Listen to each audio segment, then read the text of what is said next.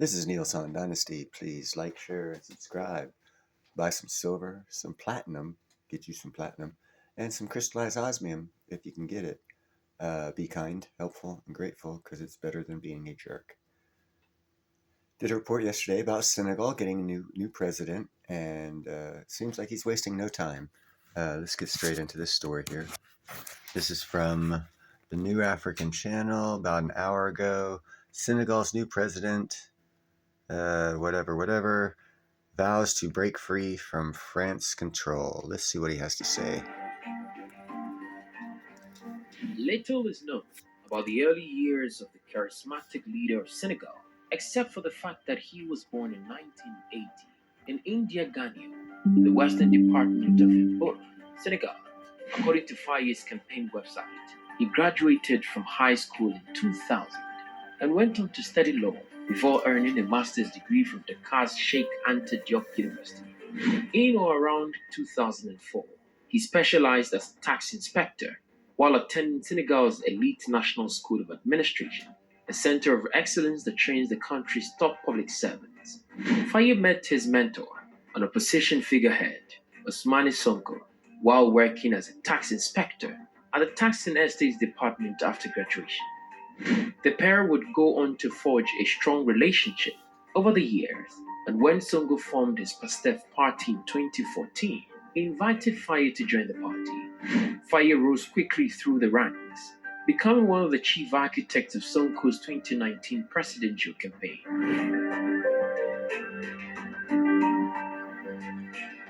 However, after Sonko was arrested and convicted on charges many deemed politically motivated, Faye became the de facto leader of the Pastef party, and he tried to unite the opposition to challenge the ruling government's hold on power.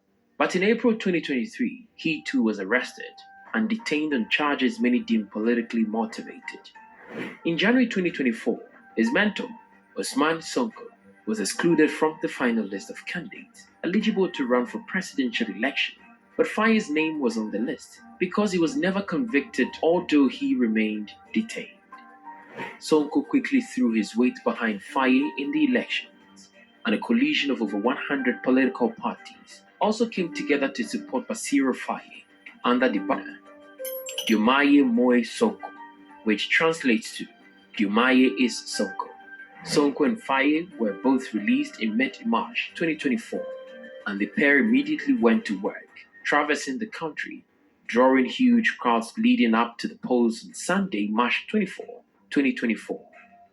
Riding on a huge wave of support from young voters disgruntled with unemployment, corruption, and Macky Sall's election postponement antics, Bassirou Diomaye Faye managed to deal a first-round knockout to the ruling party's candidate, Amadou Ba, winning roughly 54% of the vote compared to Ba's 37%.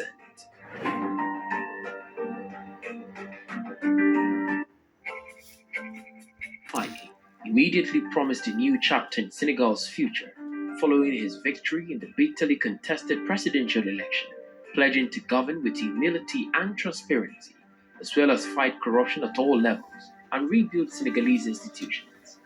He also vowed to free Senegal from colonial interference and control. So, many experts anticipate that the country's relationship with its former colonial master, France, will experience some significant adjustments. Indeed, the newly elected president, Faye, used the word sovereignty no fewer than 18 times in his manifesto. So it's clear that he is ready to go hard on France and any other Western powers seeking to meddle in Senegal's internal affairs. President Bassirou Faye hopes to achieve this through, first and foremost, the rebalancing of all international partnerships and a direct reset of Senegal's relationship with France, its major trading partner. This rebalancing aims to establish Senegal as an equal player on the world stage. Specifically, Faye will likely focus on revising existing agreements with France, from mining to hydrocarbons, to ensure they deliver mutual benefits. This could involve renegotiating trade deals to secure fairer prices for Senegalese exports, or seeking partnerships with a wider range of nations to diversify Senegal's economic and political alliances. Faye and his mentor, Sonko, have long hinted at this era of rebalancing, suggesting a move away from France's dominance and towards a future where Senegal negotiates from a position of strength, securing win win partnerships that prioritize Senegal's development and self determination. Furthermore, the newly elected president will also seek to abolish the colonial CFA franc as a way to eliminate French influence in Senegal. Decades after independence, a subtle web of influence persists, tethering some former French colonies in Africa to their old master. This system, derided as Francafrique by critics, utilizes economic and military tools to maintain a sphere of influence. A central tenet of Francafrique is the CFA franc, the common colonial currency shared by 14 former French. Now, I do have something to say. Niger, Mali, and Burkina Faso are no longer part of that. Neither, basically, all the green just created a new monetary system called ECO, and I anticipate these people will join them along with Senegal, which is right over here. Well, Senegal's right over there, and I'm sure these people will join them.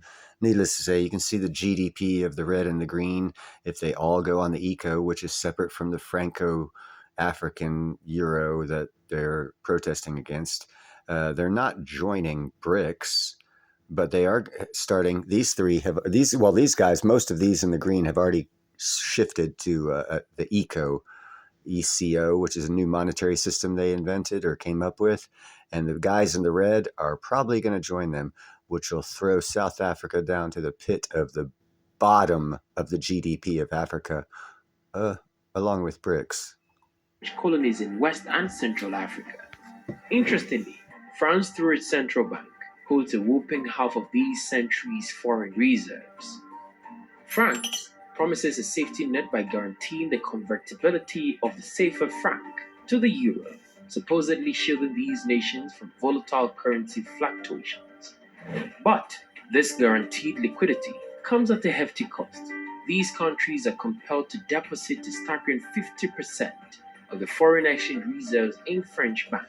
This not only limits their access to this crucial capital for development, but also lines France's pockets through its seigniorage, the profits skimmed from printing money. This effectively restricts these nations' ability to craft independent monetary policies or adjust interest rates to boost their economies, and the statistics are telling.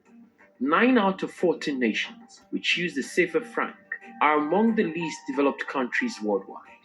Another layer of French control comes in the form of French military bases scattered across these former colonies. The official narrative is that these bases provide security and combat terrorism. However, critics argue this presence discourages these nations from investing in their own robust militaries, fostering the dependence of.